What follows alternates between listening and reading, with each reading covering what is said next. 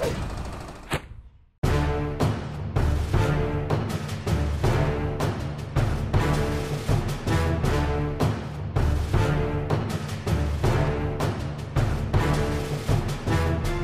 first Knack debuted on the PlayStation 4 as a launch title, and the hype was real.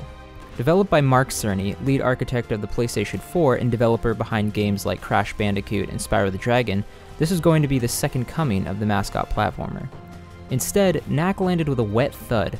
Reviews were middling at best, so the revelation that Knack II was in development came as a bit of a surprise. Would Cerny and crew be able to address the problems of the first game? And would they succeed in resurrecting the mascot platformer? Knack II begins in medias res, with the city of New Haven under attack by a swarm of powerful robots.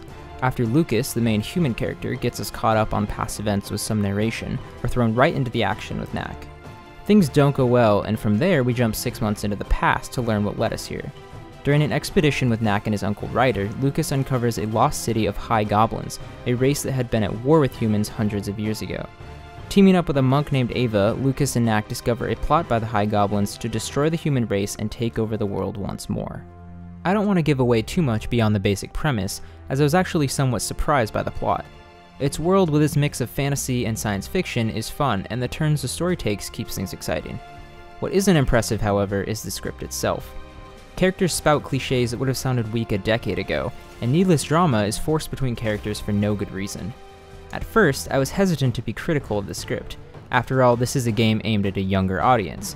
But here's the thing. Pixar and DreamWorks and kids' television cartoons have proven that good writing can happen on a kid show, so the excuse that it's for the kids doesn't hold water anymore. The script isn't unbearable, but even your 10-year-old might roll their eyes at some of the lines. Look! More platforms! I guess there is something here after all. The story, for all its interesting twists and subpar dialogue, is really just there to lead you from level to level so you can beat up on a ton of robots and goblins. And this is where Knack II really shines.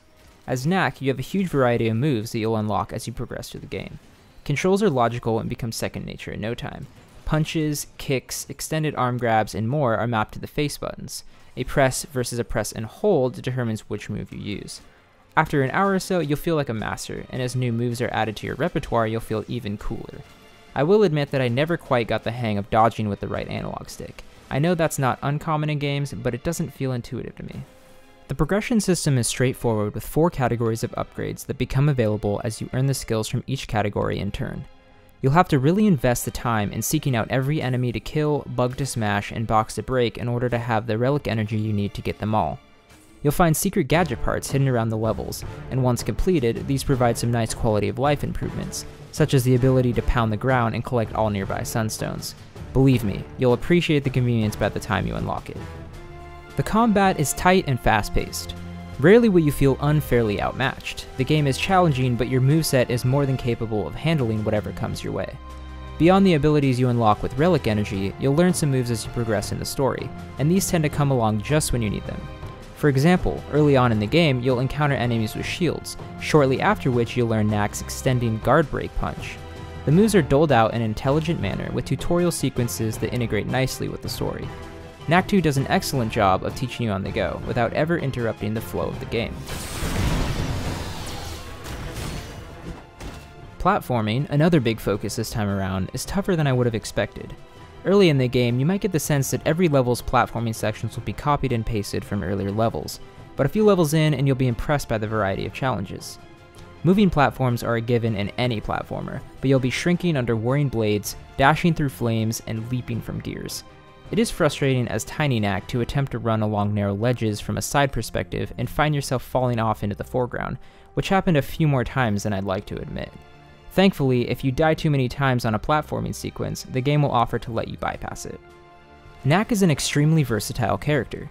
If you're familiar with the original, you already know what he's about, but for the uninitiated, Knack is comprised of a bunch of small objects called relics.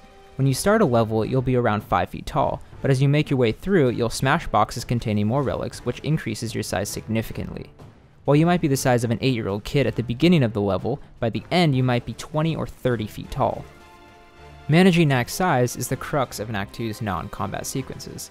Most of the game's puzzles and secrets require you to make clever use of Knack's ability to shrink and grow, as well as his knack for absorbing other elements such as ice or iron.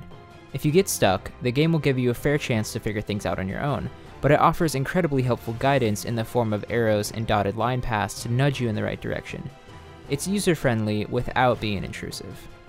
Its user-friendliness extends to the easy drop-in, drop-out multiplayer. The second player can jump in anytime and control a blue Knack. It's great to see couch co-op in this age of online games, and it's so easy to play with a partner here. You even have access to some special moves a singular Knack doesn't, which mostly revolve around using your partner's relics as projectiles to harm enemies from afar. Whether alone or with a friend, Knack II is a beautiful game. If you can play this in 4K HDR, do it. From lush jungles to nighttime cityscapes to snow-capped mountains, it's a delight to look at. While I would have preferred 1 or 2 fewer rock-based levels, there's a mountain, a mine, a dig site, and more. Even those in the brown and gray color schemes are very pretty to behold. Likewise, the sound design and score are fittingly epic. You won't want to buy the soundtrack, but it suits the game nicely.